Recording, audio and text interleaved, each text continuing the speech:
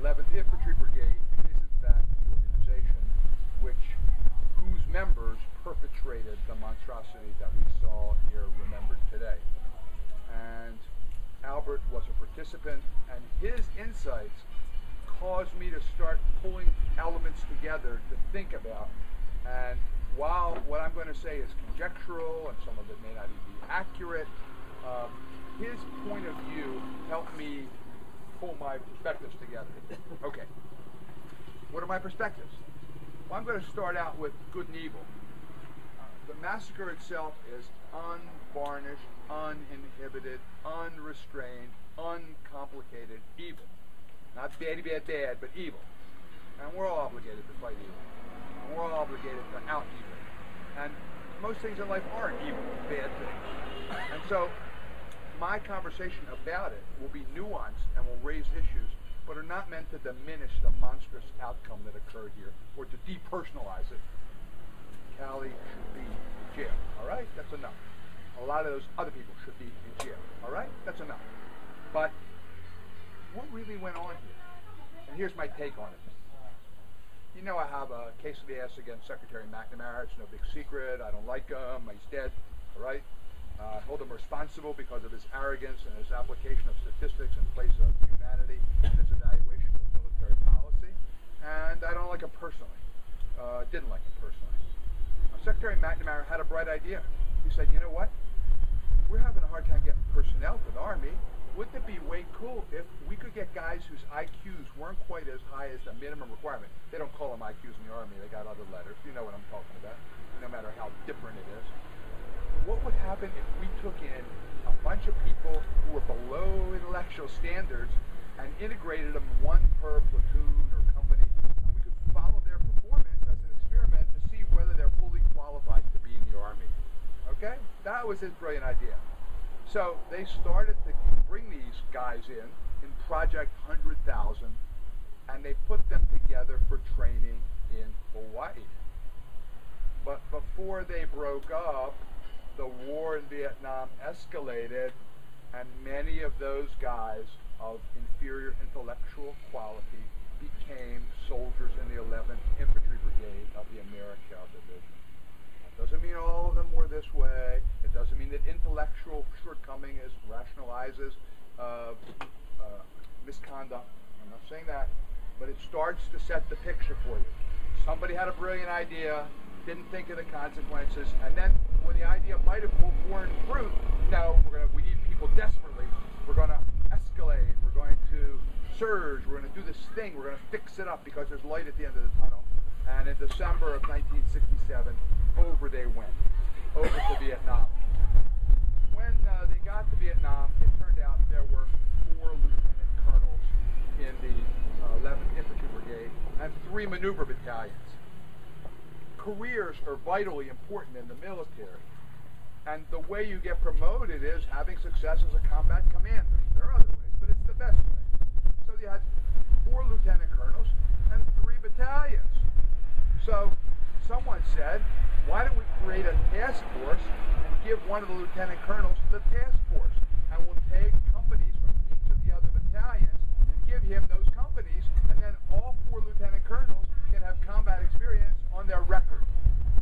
So they did that, and they asked each battalion commander to give a company to the new task force.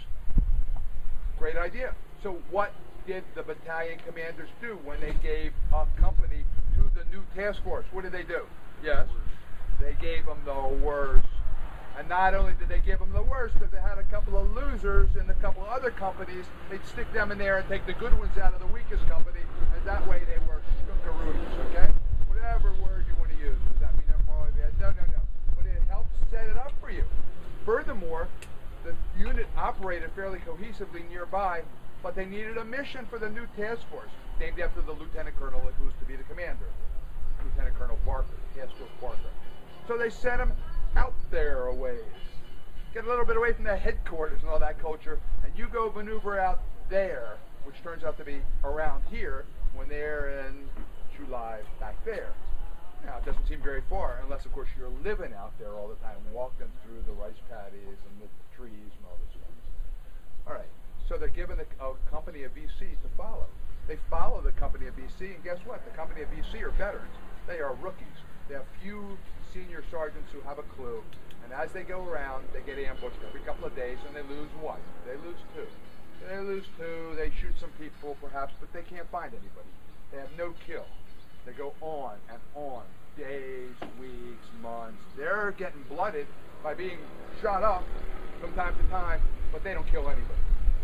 They're already in the stress, separation. They feel like they're not doing a mission, they're farther away from the other groups. It's got this kind of nightmarish, anticipatory element to it. Now Callie, oh yeah, Callie becomes a platoon leader in this outfit. Lieutenant Callie is a testament to the misconduct of the rich, privileged graduates of fancy American colleges. Lieutenant Callie was a 1.5-year student from a JC. A combat platoon should be run by a guy from Harvard or Whittier, you know? Instead, they had Lieutenant Callie from Florida who had 1.5 years of college under his belt from a JC. Those other guys, of course, they were in graduate school, they were teaching for America, they were doing Bill O'Reilly's teaching in a bad neighborhood, they were doing whatever it is. Everybody's got something to do who has something going for them. And they leave these big slots for the others. And this is the beginning of this trend. This trend continues and escalates so that the more educated, the more sophisticated, and the worse reputation in society lay out. And who winds up being officers? Callie. Yes, was that the question? Oh, sorry. Okay, so here's Callie, and he's a lieutenant. Imagine, 1.5 years experience. These guys with the low IQs, he's wandering around. Okay, he works for Captain Medina. Captain Medina works for Lieutenant Colonel Barker. Lieutenant Colonel Barker works for Colonel Henderson, who's the commanding officer of the 11th Infantry Brigade, Senior Colonel, Junior Brigadier General, in this case a Senior Colonel. And he works for General Coster, who's the 2-star commander of the Americal Division. So they're walking around out there, getting shot up, walking around, getting shot up, walking around, getting shot up. And then one day, their beloved senior sergeant, who was like a father figure to them, you know, could have been 28 or something. I was 26, and like I thought I wasn't the age of his father, so there you go. That guy sits down under a tree, and a 500-pound American undetonated bomb has been rigged as a booby trap. And that guy gets wasted. Now they're blooded, they're miserable, they're separated, they're isolated, they're less educated, their lieutenant is, shall we say, limited, and they are hungry to get eaten. Now we'll go back to the operation. On the night of March the 15th, in the 10th of the 11th Infantry Brigade's Intelligence Operations Group, whether it was one or the other or both combined, a person comes in without recognizable rank, appearing to be some sort of civilian. And that person comes in and says, according to a really good source, you know, tomorrow morning there'll be nothing but VC in My Lai 4. So when the guys get in there, they know that they can really not have to have all these inhibitions because there's nothing but VC in there. Now, who is this guy? What organization does he come from? Has he been maneuvering with the troops? Is he part of the 11th Infantry Brigade's intelligence operation? No, no, no. My guess, he's some Tech Intel or CIA guy who has some satellite or whatever and has his own take and doesn't share it with the regular intel guys because he's better than they are. All these little ugly matters going on. So, when my buddy Al Labriola calls it into question and says, hey, wait a minute, fellas, you know, you could be right. You know, we don't know. How do you know? And if you don't tell us how you know, why should we listen to you? Someone said, well, you know, this guy knows, and that's it. All BC and only BC tomorrow morning. So now the stage for the combat assault on My Lai is set. And they go in, and Callie is in charge, and they are angry and furious and told there's nothing but VC there, and whether Medina himself told them that, his company commander, there's all this uncertainty. But basically, these guys were loaded for bear. Well, you know what happened. They went in, they rounded up the civilians, they put them in the ditch, and the civilians, according to our guide, said, well, this is what the American soldiers always do. They round us up, they put us in the ditch, and they give us candy, which I thought was important for us to understand what the nature of the Army was. Not this platoon, but the Army in general. So they go into the ditch, and somebody, and if you've seen these guys on television or in movies, and you should take a look, some crazed, hot, scared, intellectually limited 19-year-old pulls the trigger on him. When that happens, I ain't no psychologist and no social psychologist, but you can imagine the social pressure to just pull the trigger. Once that stuff's going right, and people are falling down in front of you, what are you going to do? So, it's just what occurs. And of course, then, after the horror of this situation, Warrant Officer Hugh Thompson and his door gunner stopped the massacre right before its very end, but it could have been worse. It could have been more. And they go off and report it, apparently. And nothing is made of it, nothing is done with it, nothing is said of it, and off it goes into the ether.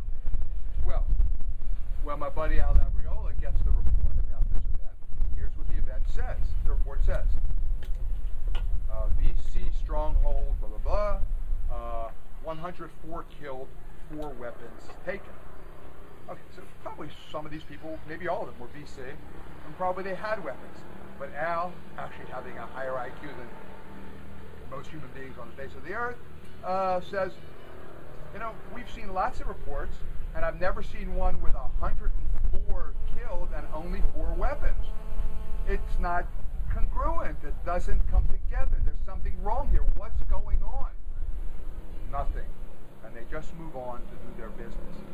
Then the story is revealed. A very leftish reporter who hears tales of it, Cy Hirsch, goes and pursues it, and it turns out it's not a leftish, rightish thing. It's a moral, immoral thing, and there's been a cover-up. And once it's revealed, they get Ridenauer, the guy who started to write about it, and there's other stuff coming out about it, and now you find out that this has occurred. All right, so what does it mean? Well, obviously, there has to be punishment for the people involved. Callie is an officer and a gentleman by act of Congress, and it's on him. It's his platoon. He gets 3 days. Confined to whatever it was, post or barracks or something. Was it? House arrest. I forgot the name of it. Thanks. Medina, zilch. Barker. Before this thing is exposed, he's shot out of the air in a helicopter patrolling over his guys. Remember that a lot of these lieutenant colonels didn't get on the ground with their men. It was much cooler to be up in the sky. So he's dead. Henderson, he stopped at colonel. He doesn't make general. Coster, he's got a big job at Westmoreland. They pull a star from him and stop his career. He was headed to be a 4-star general. And that's basically what happened. Now, what are the lessons of this? Damn fine. One thing is clear. Evil is never to be mitigated or understood and then mitigated because we understand that these guys are crazy or young or stupid or that their officership is poor. This kind of monstrous conduct cannot be condoned or hinted at. But be understood, that's our job. We're citizens of this country. That's our army. Those are our boys out there. And if we allow it to either become some kind of propaganda that all war is wrong, or some kind of propaganda that all units did this routinely all the time in Vietnam, that's horrible. All war is not wrong. Ask Hitler if he were alive. Unfortunately, he's not. For him. Okay. Well, does that mean that anything goes in war? Absolutely not. It's unacceptable. This is murder. How do you differentiate between murder and other kind of killing in combat? How do you train people in the code of conduct? Well, I'll tell you how I was trained. When I was trained in air mobile operations at the U.S. Army Infantry School, I had a guy whose name I remember, Major Walbeck. He was handsome and had red hair. We used to joke about how he was the most dashing guy there. And we spent 2 days, yeah, redheaded guys can be handsome, Victor, come on, I knew you'd love it. And we spent 2 days learning about how you could combine helicopters with infantry and to accomplish tasks. When we had code of conduct, they gave us a little card, and a Sergeant E6 told us that we should follow the rules on the card for a half an hour. When they taught us what was right and wrong in war, it was a half an hour from a sergeant. When they taught us how to be good at war, it was 2 days with their top guy, a definite general in the making. So these are decisions that are made throughout bureaucracies, throughout the military, all through life, all through our experiences we're going to encounter in the future. And today, there are decisions which are going to affect these kinds of decisions. We're going to set people up for it. It doesn't mean it's not murder, but if you set them up for it, you know, somehow others are complicit to a greater or lesser extent. And to understand it better means maybe we can find a way to diminish the likelihood that it will happen again. And Al Labriola, he went before the Peers Commission. And Al had such a wonderful sense of humor. He talked about how General Peers came in, and the two on the long table, and the two, he was the commanding general of the 4th Infantry, had a sterling reputation, got a 3rd star, and ran the commission to investigate My Lai some years later. And Albert came to testify, and he said, when General Peers came in the room, 2 colonels who sat right next to him popped up, and they took off his blouse. And of course, blouse is the jacket that you wear in the Army, but Albert made jokes, you know, and how they put it in the back of his chair, and they smoothed it out so he could sit down, and he wouldn't mess it up by backing it. And it was just really made light of it. Because what else are you going to do? At last, there was going to be the beginnings of some kind of justice. And Albert testified as to what he knew, not what he thought, but what he knew and what he observed. And the Peers Commission was damning, and rightly so. So I'm just going to leave you with this. I'm happy to answer questions, or to go back on the bus and answer questions, but I don't know what more I can say except we need to search our consciousness, our consciences, our awarenesses, our history, before we go sending troops out into the field. And when we have troops in the field, we need to make damn sure that they are treated to the best education, information, leadership, guidance, and oversight that we're capable of. Okay. So, Fred, one somewhat obvious question to what you described would argue that if the other type of soldiers and leaders would have been in a similar situation, it wouldn't have happened.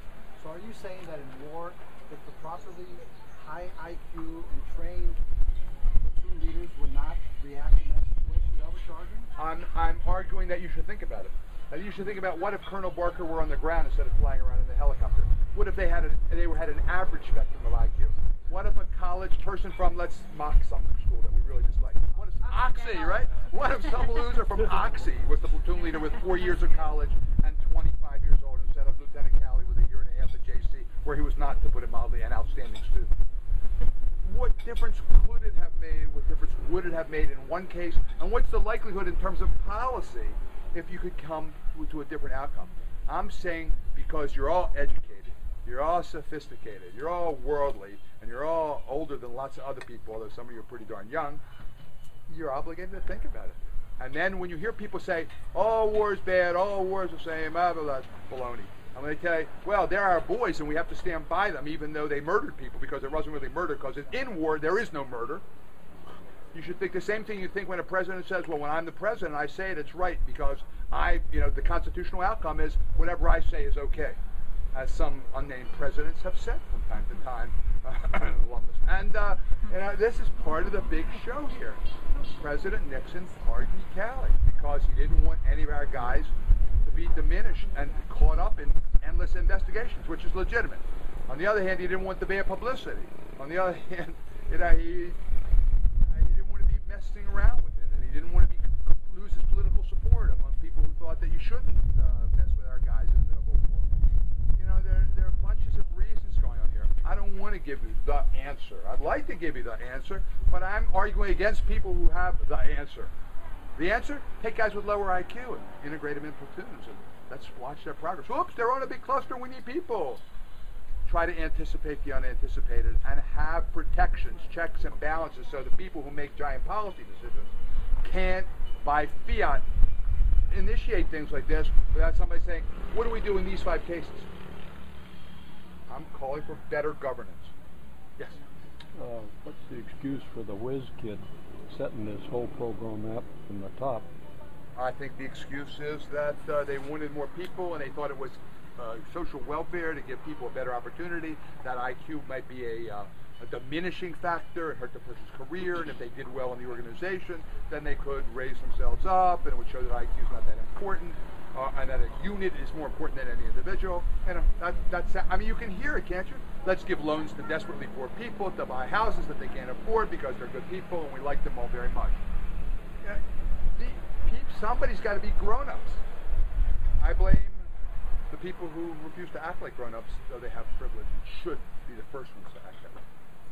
So you're saying that, in short term, you're saying that the massacre is due to a lack of responsibility and the change of command, even underground and above the ground? I'm not stating that it is a lack of responsibility on the part of command all the way up the chain of command. But that's how it came out. That when the depth of the depravity and the horror of what occurred was revealed, it went all the way up to a guy who obviously didn't know anything about it. He might have kept it secret afterwards. He might have participated in the, you remember, the cover-up. Remember how the cover-up is worse than the misbehavior? Well, there you go again. You get a cover-up and then everybody gets sucked up in it. I'm saying that open-mindedness, a willingness to understand that command is not leadership alone. As I mentioned earlier in our conversation, to understand command in combat, I call upon you to think about the 18th century British Navy captain at sea, without a cell phone or any other communication, out there making these decisions on what to do, whose career could rise or fall on it, and who could hang somebody on a ship without any other court. You know, this kind of power, this kind of, when there's a necessity for urgent decision, is different than business leadership, but it can learn from business leadership, and business leadership can learn from it. But it's command, and command is special, and the responsibility for this falls on command. And by the way, how high does it go? Does it go above Coster? Does it go to the Chief of Staff of the Army? Does it go to the Commanding General in Vietnam and the Chief of Staff of the Army? Does it go to the Secretary of Defense? Does it go to the President of the United States of America, our beloved country? I want you to think about it. I'm not going to tell you the answer. I'm not sure myself, but I know we have to think about it and can't just let it sit out there. Yes? A couple questions. So you think that the lack of moral correctness on an individual level is really subject to the chain of command? I would say that the lack of moral conduct on the part of an individual is subject to a variety of social forces, and that it is a lot harder to be moral if you're surrounded by really negative circumstances which lead you to do wrong. That doesn't justify you doing wrong, but it's a lot easier to steal 10 cents from a telephone, they don't have it anymore, public telephone, if nobody's around, than if Sister Mary Kate from the convent comes by and watches you with your finger in the telephone. So,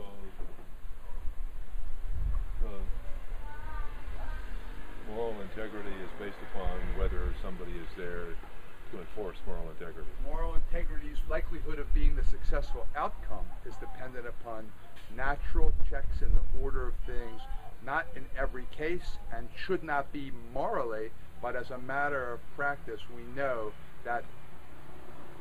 Remember the Kitty Genovese? I'll finish the sentence because I can't finish the sentence, but I'll switch right. Remember Kitty Genovese?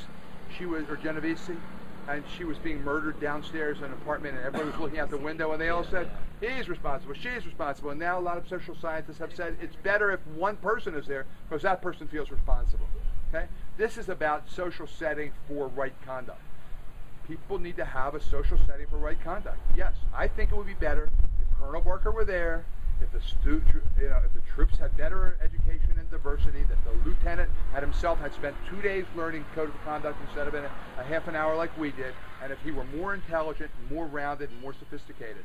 And I think that if the guys were more diverse and had more experience and had their better NCOs, and we're not made up of the losers and so forth in the minds of the other people, I think there is a likelihood. If I were going to Vegas and there's a way I could have bet on it, I'd be betting that would be a better outcome. It doesn't mean that you're absolved of moral responsibility. It means governance is about setting opportunities for moral outcomes to occur. The army guys during the Battle of the Bulge at Malmedy, who murdered them? The SS murdered them. Right. This is not the SS. That's what's so appalling. This is not Nazi Germany. These guys are not Nazis. That's why it's so appalling. If they were Nazis, we know what to do with them. You shoot them. You shoot them all. But they're not Nazis. They're not monsters. They're sort of schlubby, nebbish, scared, second string, third string, not prepared, not well led. People with dark sides who in the worst conditions did a monstrous thing. Does that mean they should get off for their crimes? No way. But we need to understand that doesn't make them Nazis. It makes them something else. And something else we could do something about to prevent non-Nazis from winding up in situations where they're putting people in that ditch over there. And instead of handing them candy, as most American soldiers, as she told us, actually did, pull the trigger and waste them. I mean, I'm kind of going off what Edwin says, but like if there's in the book Ordinary Men, the author describes how these SS officers, not SS officers, but ordinary German soldiers who were being kind of thrust into like the Polish or tundra or wherever, and they were told, and they were completely out of control, or like no, they were the situation was out of control, so they couldn't themselves act morally in them to try to prevent whatever was going on. Where some of them were clearly disagreeing with the policies of the Wehrmacht and whatnot, and so couldn't it be more the situation be more like the army kind of teaches these, regardless, as you said, like the code of conduct, but also the responsibility even more that gets more falls onto the colonel, not necessarily the generals, but the platoon leaders themselves, because they're the ones who are supposed to keep. They are supposed to be the best prepared, the best reminded. But I don't agree with the premise. You're in the SS, buddy. I joined the SS because I thought it was like a unit with a cool uniform. No. These are SS people we're talking about here. If it was a regular German unit that did it, and certain regular German units did this stuff, that's one thing. But these guys were trained. They knew what was going on. I watched some SS muckety-muck saying, oh, we were patterned on the Jesuits, and we thought we would be the super best guys, and this was all this racial stuff was about. It was about being the best guys, and we weren't mad at anybody. You know what I did?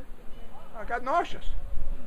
If you don't know what the SS is, you don't know what running concentration camps is, baloney, and you're running a concentration camp, their moral culpability is not identical to these guys. These guys were soldiers, ill-prepared, poorly led, tired, scared, incompetent, and with a dirty, dark side for at least a half a dozen of them, which got infected into the rest of the guys. That happens all the time. In this way, 500 at a time? No, but they didn't kill anybody. Hell no. The whole premise of the Vietnam War was based, in terms of tactics, was based on corporals and sergeants. Calley was probably the least culpable. He was an FNG that blew in, and for some reason some old salt didn't grab a hold of him and say, Jack, this is how it goes down. This is how it works. But I'm sorry, but I just. Your idea with exactly.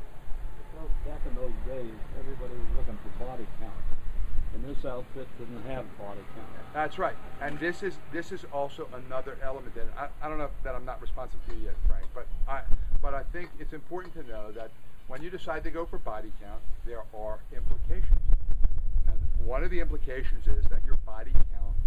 Low numbers will keep lieutenant colonels from becoming colonels. Right. And so there's pedal on the metal to go forward and raise the body count. I was involved in various body count enterprises at the office level, and I had a question that I was fielding, and this is a question that will give you a sense of just how serious the situation was. We had a VC company on the beach, and they were hardcore, and they've been chasing them for a long time. And we had them semicircled against the sea. And the Americans begged them to give up.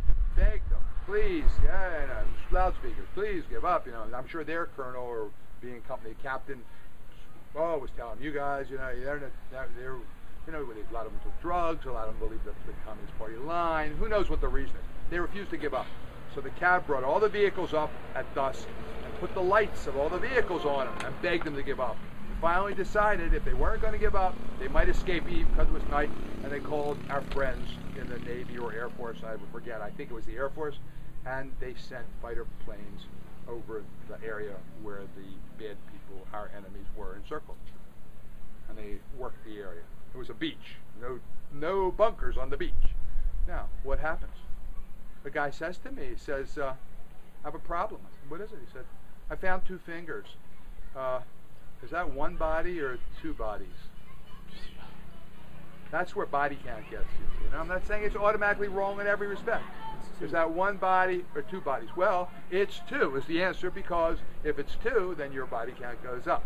But what you would then discover is, here's a scenario. A high officer comes in and says, well, how many people have we killed this month? I'll make up the number. 5,000. How many were there when we started with those guys? 10,000. So now they have 5,000. No, they have 11,000.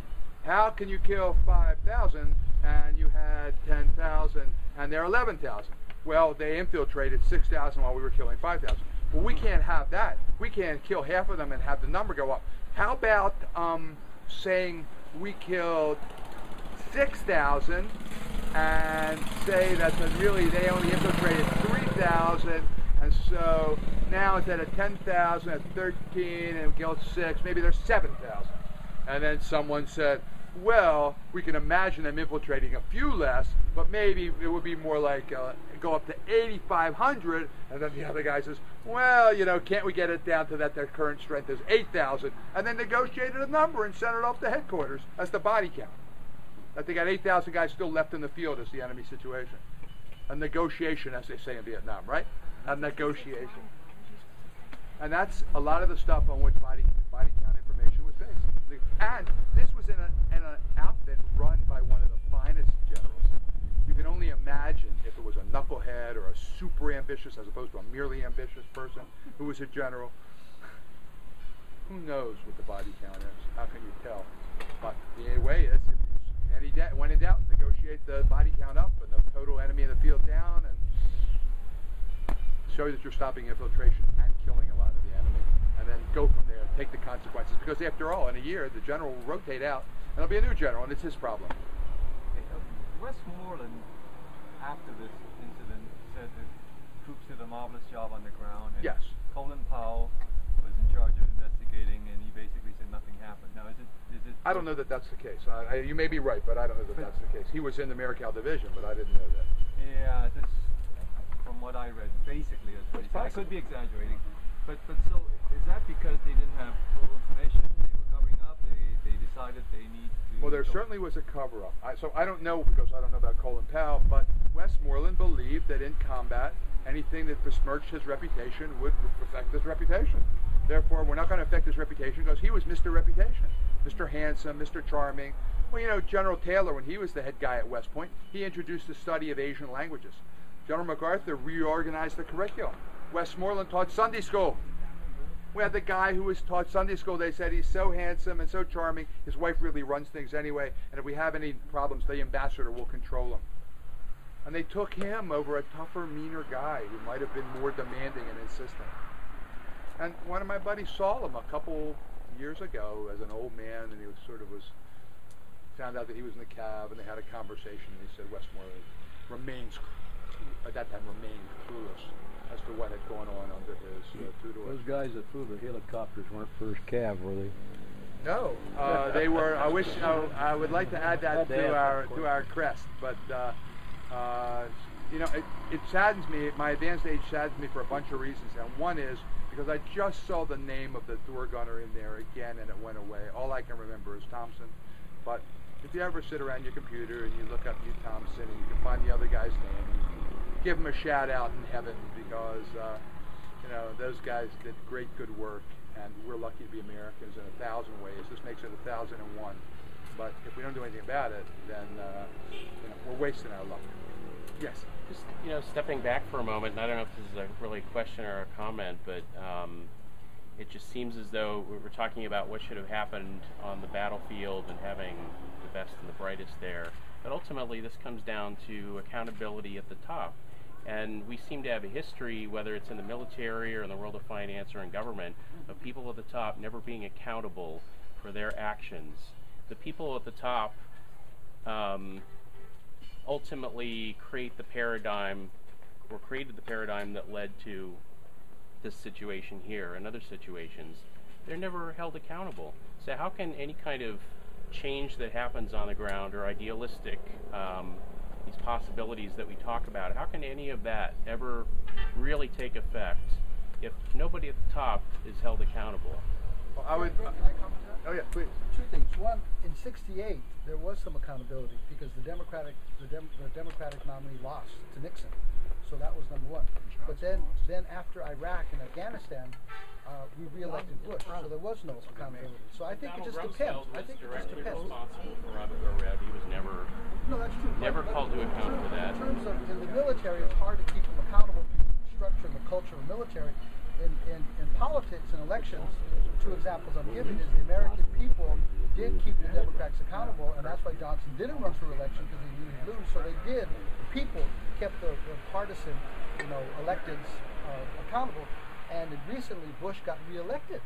So they didn't keep the Republicans accountable. They just reelected the administration. So it just depends. I don't know what the factors are. But they did keep the Republicans accountable by electing Obama and decimating Yeah, the but Republicans. that's after Bush got reelected during the war. Well, yeah, but I mean, like, the Republicans never had a chance. But I'm also thinking more of the individual accountability for those who create the policy and the strategy. I think it's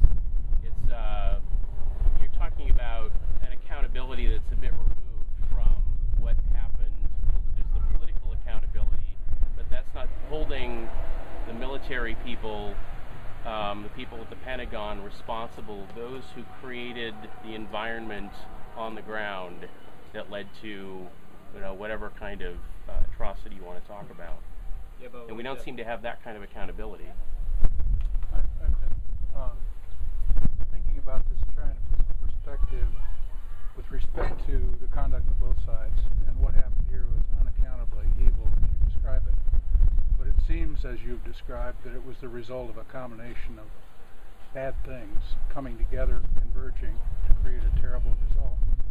Contrast that evil with what I understand from my reading are hundreds of cases over years during which the VC and the NBA would go into villages all across this country and mercilessly decapitate, eviscerate, and obliterate families who were the leaders in those villages.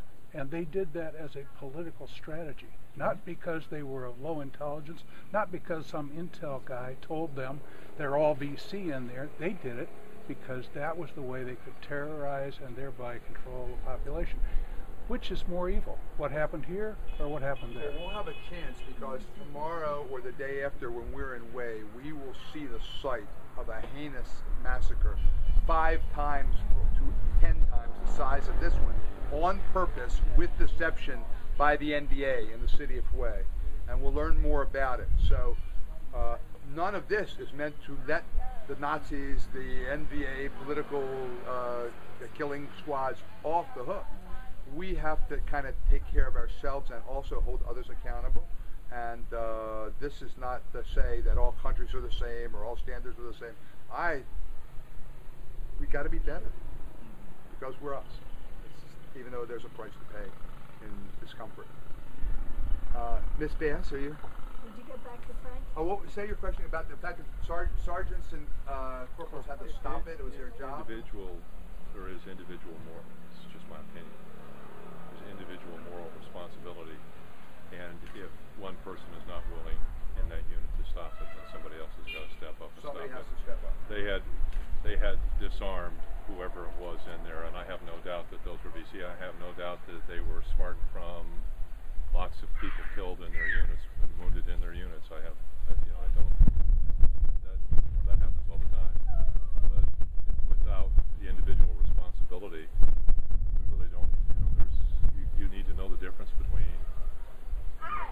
murder and murder, and that's what's so terribly difficult right now in Iraq and Afghanistan, because when you walk down the street, it's impossible sometimes to tell.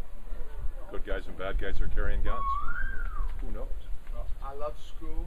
I also love supper. And, thank you all for your kindness and your graciousness, and I look forward to